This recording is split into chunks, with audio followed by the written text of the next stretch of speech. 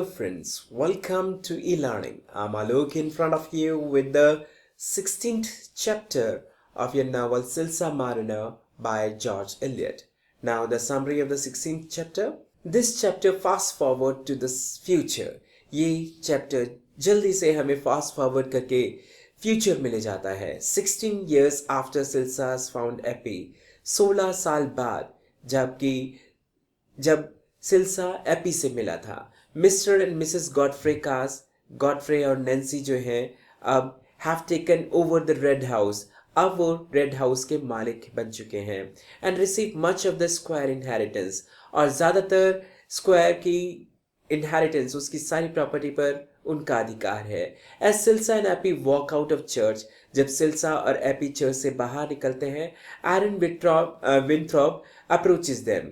एरन विंथ्रॉप उनसे आके मिलता है, saying he is willing to help them. ये कहते हुए कि वो उनकी मदद करना चाहता है. To build the garden they are planning, उस गार्डन को बनाने में जो वो प्लान कर रहे हैं. इट सून बिकम्स एविडेंट, और ये जरूर आगे वो एविडेंट बन जाता है that Aaron and AP have a special relationship, कि एरन और एपी का एक स्पेशल रिलेशनशिप में है.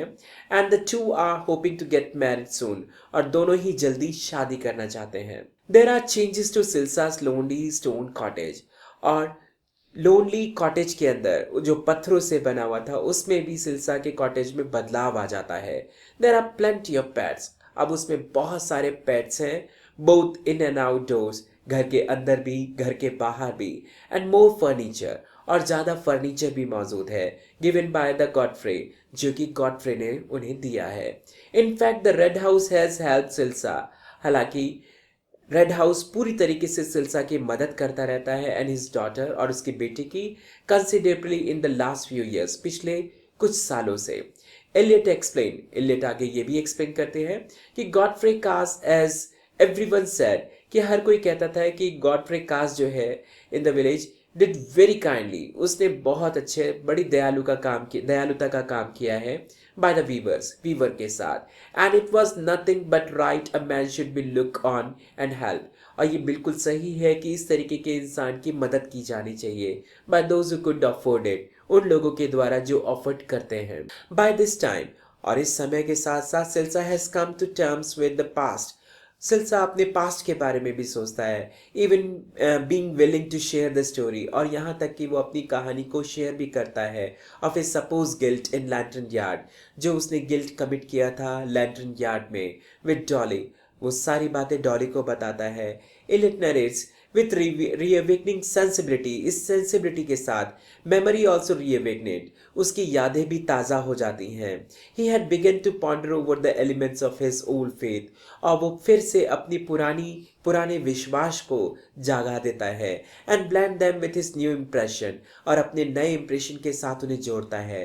Till he recover a consciousness of until between his past and present, जब तक कि उसे पूरी चेतना नहीं हो जाती अपने पास्ट के बारे में और अपने प्रेजेंट के बारे में.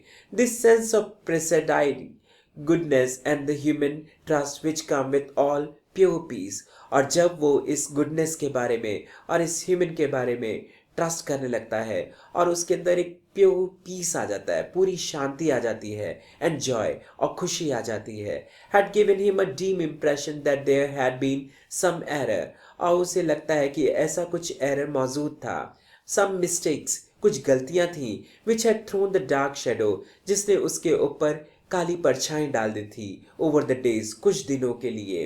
हिज बेस्ट ईयर्स, जो उसके बेस्ट ईयर्स थे. This was the summary of the 16th chapter of your novel Silsa Mariner by George Eliot. If you like it, press the like button and subscribe this channel. Thank you.